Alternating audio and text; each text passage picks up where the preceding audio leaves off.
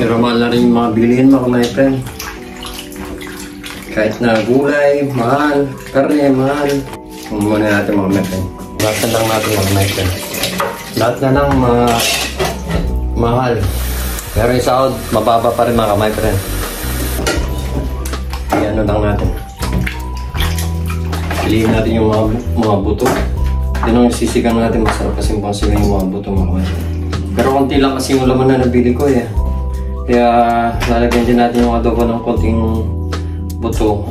Kasi dinagdagan ko na yung niluto ko mga my friend para makapagbaon ako. Pumayat na kasi ako eh. 3 kilo. So ngayon, babawi tayo mga my friend. Hindi naman kasi ako matakot sa ulan eh. Konti lang ako magulang mga my friend. Yung sigang na mabilisan mga my friend. Para lang makaikot na sabaw. Yung sibuyas lang at saka ginisa mix. Yan lang. Yun lang yung mga my friend. Dito, mag-adobo tayo. Bumili pala ako ng toyo mga my friend kukuha nila. Nasa bag ko usually. Dahil si Vanessa may sobra pa siyang sinigang with gabi kagabi dahil ginamit niya sa salmon mga my friend. Ngayon itong nalagyan natin mga sa sinigang mga my friend. Tikman natin mga my friend. Nalagyan ko na yung paminta, bawang, toyo, suka, at konting tubig. Tikman lang natin. Kung okay na yung baka mahangin. Sarap. Masarap siya pero maangang lang. Pakuluan na lang natin palalambutin mga my friend para pag malambot na siya, mamaya na lang ako. Tapon muna natin mga my friend. Tingnan naman natin yung sasinigang natin. Ito yung sasinigang natin mga my friend. Madali lang naman lumambot eh. Yung buto wala naman masyadong laman eh. Para magkasabaw lang mga my friend. Pakukuluan ko lang ito. Dahil lalagay ko na yung sinigang mix. Madali lang naman maluto. Ipaparal na rin na kasi yung dahil galing kami sa aksyon pati kasi naubusan ito may asin pala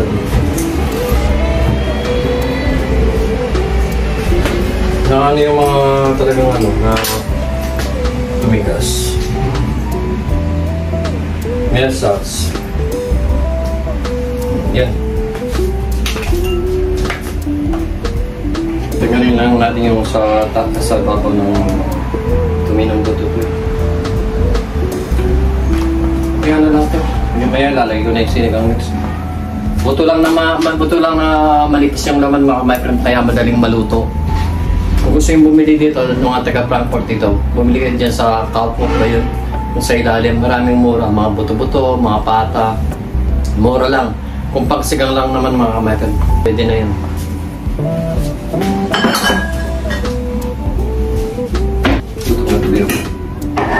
Sasayang pa pala. So tignan muna natin mga my friend. Walang hawakan yung ano ko eh. Yung takip ng ano ko eh. Ito kasi gusto kong lutuan eh. Pero usually mayroon naman kaming may hawakan ka. So ito yung gusto ko. Hirap niya mga my friend. Sabi init. Hirap niya mga my friend. Gagaling yung mga siguro. Ito na may yan na lang.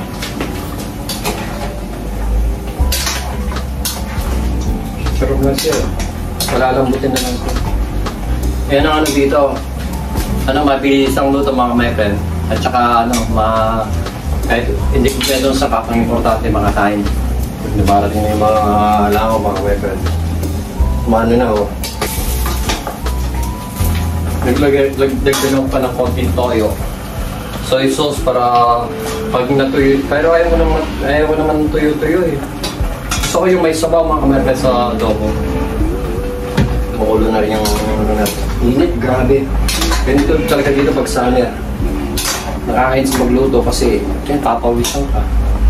Ito natin rin mga kamerpet. Yung pagkakawakan. At saka yung sinigang natin. Yes. Sinigang na buto na walang konting laman. Grabe init. So, Hintay na lang natin maluto mga my friend. So ngayon, hindi na natin mga my friend. Pero tatanggalin ko yung lagay.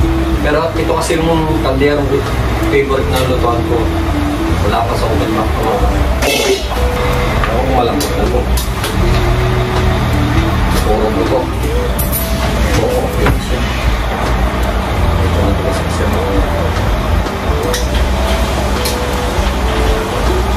Sasigang natin kaya kaya sa ito mga method. Ito lang na kung saan sita mga method kaya lalagyan na natin. Mas masarap maasim. Healthy. Then pakulaan lang natin mga method. And then okay na. Dapat ko ngayon camera ko. Sabi mo kayo, di-select pa mga method. Pag tumulo ng mga kamay, okay na ito. Mabilis ang luto dito sa Germany mga kamay, friend. Lala, pagod ka na sa trabaho, pag niluto ka. Palitan naman kami kanina. Ibentik mga kamay, friend. Si Vanessa paggabi papakla. Dahil ito sa ako. Laki ng pilang kahit yung medyo matigas po. Si Vanessa mamaya magliligpitan ko na ako ng konti pero si Vanessa ang magugas ng tato mga kamay. So yung sinigang natin siguro pwede na mga kamay, friend. Mabilisan luto nga. Yan na yung susiligang. Kung sa adobo na lang. Parang nasa sauna ng mga kamay. Matigas pa siya. Pero okay lang matigas para hindi agad maubos pang kamay. Hindi, joke lang. Kailangan mo mas masarap yung malambot siya. Pero pag nagmamadali ka, okay na. Ano ko lang ng konti. Palambutan ng mga. Medyo patutuyuin lang natin ng konti mga kamay. Sobrang marami dami sa sabaw. Pero gusto ko yung may sabaw. Pero huwag naman yung sobrang sabaw. Mas masarap yung may konting sabaw. So yung patutuyuin natin and then tapos na tayo mga kamay. Break ko na lang yung sabaw mamaya and then kakain na kami. Pagod din yung mga sabaw sa pag-bibigis ng mga kamay. Kasi nag-partner ko kasi kanina kumari. Ano pa lang mga kamay. Amoy pa lang, ulam na. Sigurado masasarapan na naman yung asawa mamaya pag natikman niya to. Maya-maya magsasayang na rin ako mga kamay para makapagpahinga na tayo. Nakakapagod din. Para kung nasa sawa na mga kamay. Pero okay na siguro ito. Parang gusto ko yung medyo may sabaw. Para pag nagbaw na ako bukas, kahit sabaw lang, tsaka konting ulam. Pero may plano ko mga kamay friend. In the future is gagawa tayo ng sisig ng pata na gagawin natin sisig and then ibebenta natin mga kamay. Pa-order natin mga kasama natin. Sina Leo, shoutout kay Leo, sa mga kapitbahay namin dito. Si Brad ko, kumakain siya ng sisig. Kumakain din yata ng sisig si Brad. Mga kapitbahay namin dito sa Ludwig Lemon sa Rasa mga kamay. Pa-order natin sila ng ulam dahil magluluto na tayo ng ulam. Yun ang plano ko, magluto ng mga ulam at ipapa-order namin mga metro. Kailangan mag-double job tayo mga metro. Yung anak ko, gustong-gusto niya itong adobo. Medyo malapot na yung sabaw niya. Pero okay na ito mga metro. Patayin na natin mga metro. So magsasayang na lang tayo mga metro. Dahil tapos na pahinga na. Titikman natin yung isang mga metro. Isang puto.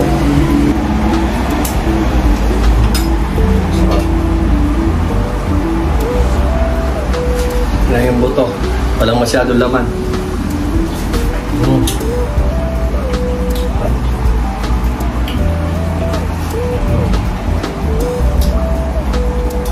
Sabi yung nagalo yung toyo tsaka paminta. Marami rin medyo bangon siya.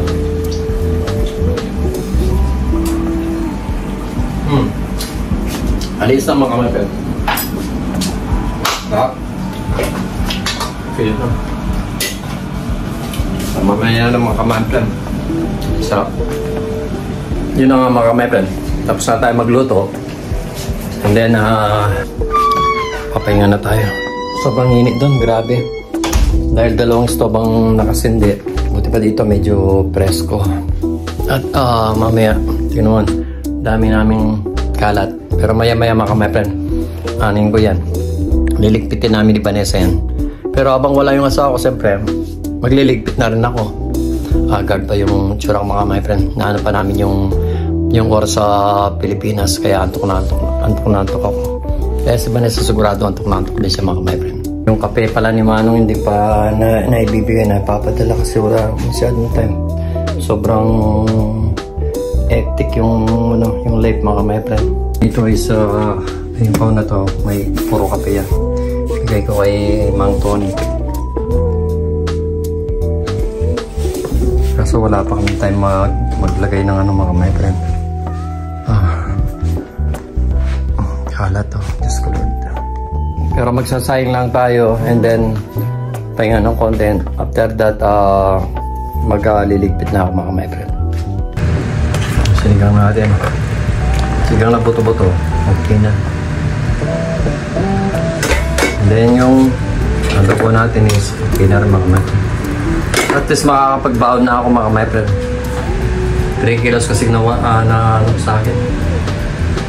Nawala. Kuhanin ko yung stand ng ano ko. Namimiss ko na yung saan ko. Maya pa darating eh. Mga 1.5 hours pa siguro do 2 hours. Tour ko muna kayo sa sa labas mga my friend. Ginagawa kasi yung dito eh. Kaya may ang ganda no. Ginagawa nila. May yung tray mga my friend.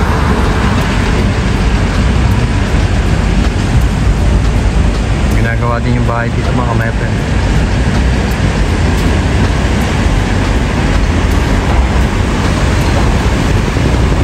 Hindi ako kung kailan mag-start yung sa aming banda rito sa building namin to mga my friend. Uy, run out. Uy, nakakamiss yung anak ko. Sa Berlin kasi yung anak ko mga my friend. Mag-aaral na uli siya para ma-achieve na niya o maano na niya yung gusto niyang trabaho. Nakakamiss. Pati yung mga magulang kasi mamani, namimiss ko na rin si mamani. Next time mamani na pag uli kami, papasyal tayo. Hindi ko man naipasyal yung mamani dahil sa sobrang dami ng Di bale, next time mamani babawi si Edison, yung anak niyo. Ngayon mga friend, mag-ano na tayo. Magliligpit tayo ng paunti-unti mga my friend. Yan yung sa ako, maya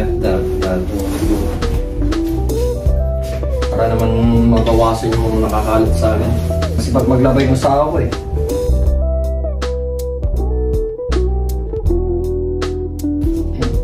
Ay, nakalimutan ni Gian yung ano niya. Nakalimutan ni Gian yung panyo niya. Palagi niya ginagamit. Galing kay Tatang Oscar to. Laging ginagamit ng anak ko. Gusto niya yung gamit ni Tatang Oscar eh. Bali, hiningi niya pa yung yung t-shirt ni Tatang Oscar kay Tito JJ niya.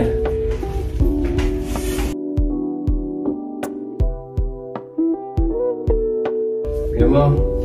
Best ng panahon na my friend. 18 years old na yung anak ko. Mamaya ay tutupin ni Vanessa. Gusto ko kasi mga my friend maayos yung bahay, manipis, walang kalat. Huwag yun mga my friend.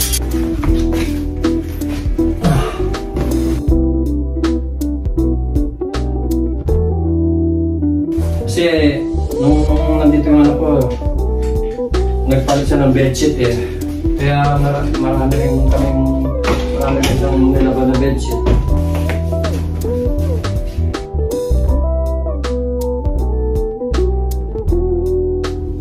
Ito stress light.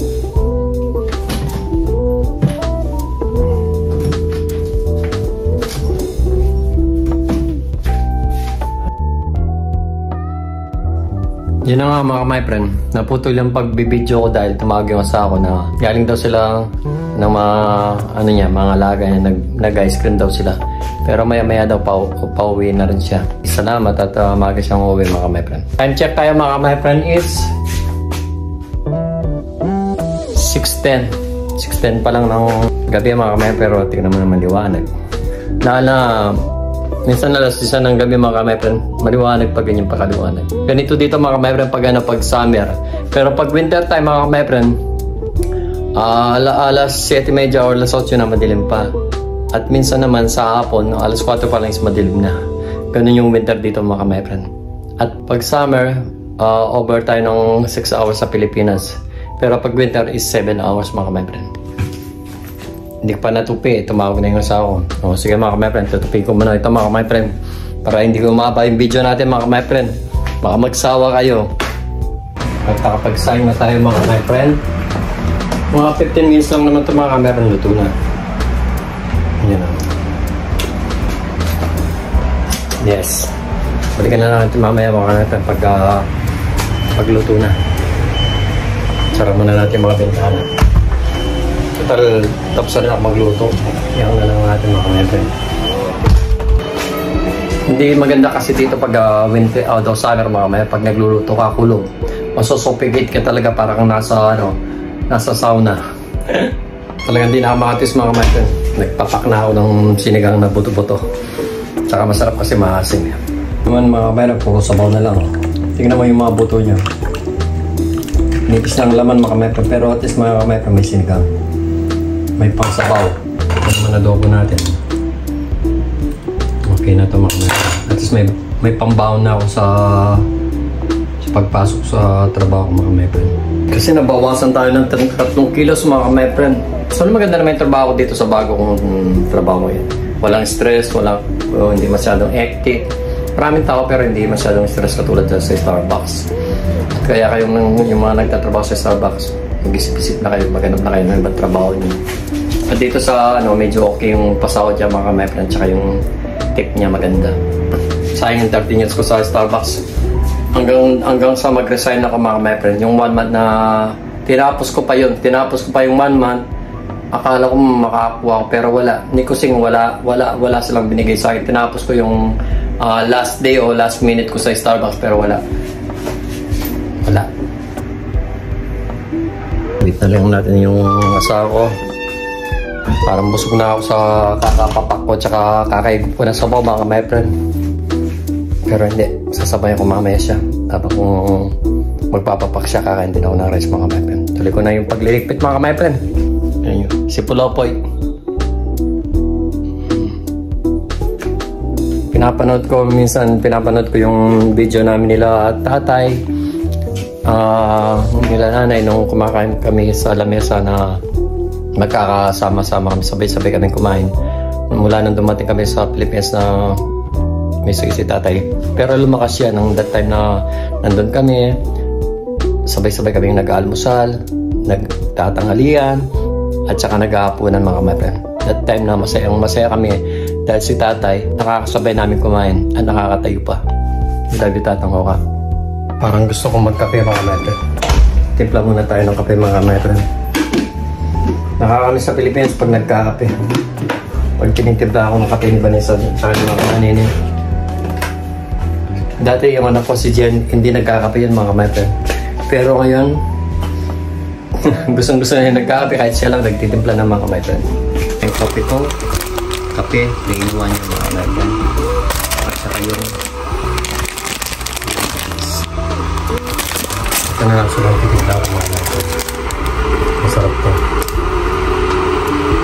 Nanginis ko pag tinagpitimpla ako ni Vanessa. Kanyang makmani.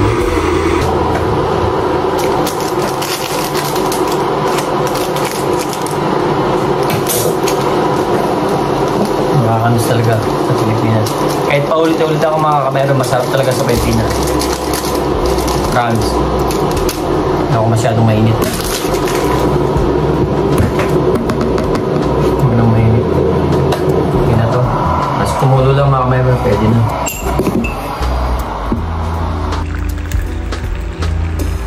Sarap na mga kamero. Kaya naluin natin. Yun o. Relax tayo muna mga my friend. Manood muna tayo ng TV. Guys, ito na yung asawa. Mag-hello ko sa natin. Hello. Kauwi lang niya mga my friend. Galing ng babies. Pagod mo lakad ng lakad. Yeah. Ganun talaga dito, more on laban. Kaya ang bilis ng papayat dito eh. Pero nagpapak na siya mga kamay-friend. Itlog at saka corned beef. Okay. Natira namin kagabi.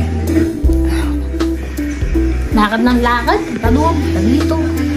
Dahil mainit, pasama sila, pinasama na mo yung mga laga kong mag-ice cream. Din-order ko sila, sabi ni Cecilia, mag-ice cream ka din, sabi niya. Hindi ka nag-ice cream? Nag-ice cream ako sila, nasa cone, ako nasa besya. Oo, dapat talaga kaya pagkakain sila, kailangan mo order ka. Order siya ng salmon, ang sarap ng pagkaluto. Hindi ako makain ng salmon, pero yung pinag-order na ni Claudia, ang sarap. Marami naman silang pera mga kamay-friend. Sabi niya, kumain ka din. Sabi na nga.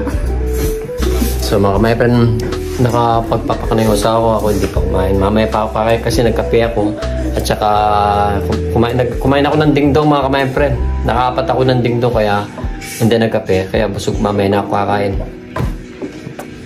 So, hanggang dito na lang muna mga kamay-friend. Thank you always for watching our videos. Bango. Bye-bye. Safe always and God bless. Bye-bye.